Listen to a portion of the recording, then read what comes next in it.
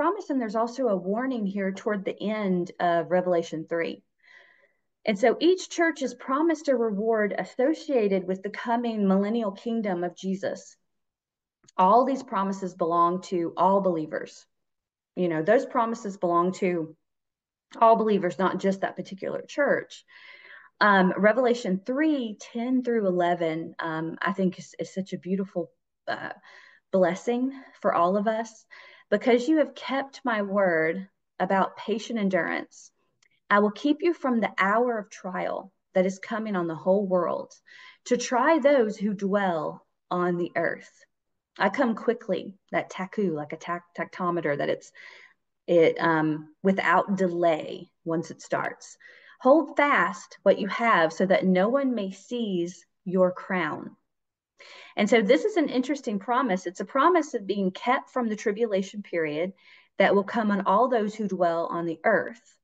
How are we kept from it? We are not on the earth. So we're kept from the tribulation because we're not an earth dweller during the tribulation. So this promise of the rapture comes with a warning, though, that no one may seize your crown. So what is this referencing? A crown that is specifically tied to the rapture. And so we see this crown in Scripture. There is a crown of righteousness for those who love his appearing. And if you are watching for Jesus, you love his appearing. Now, if your gut reaction when you hear someone talk about how much they just can't wait for Jesus, or when you hear someone talk about what's going on in the world and that Jesus is coming back, when your gut reaction is to say, no one knows the day or hour, do you love his appearing? Because why do you have to do that? And finish the verse, because no one knows the day or hour, in the same breath is therefore watch. We're supposed to watch for him. Watching for him doesn't mean no one knows the day or hour, doesn't mean stop watching. Jesus never said that. Jesus actually commanded you to watch. So if you have a gut reaction of saying that, you need to stop and ask yourself, why? Why am I so afraid of being excited about the return of Jesus? And why am I not wanting to let someone else be excited about the return of Jesus? Because most of the time when I hear that said, it's not in context of someone actually talking about a date.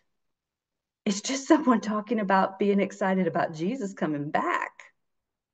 And so, again, I get on my little soapbox, but that's something that I see so often that is just abuse. I think it's spiritual abuse.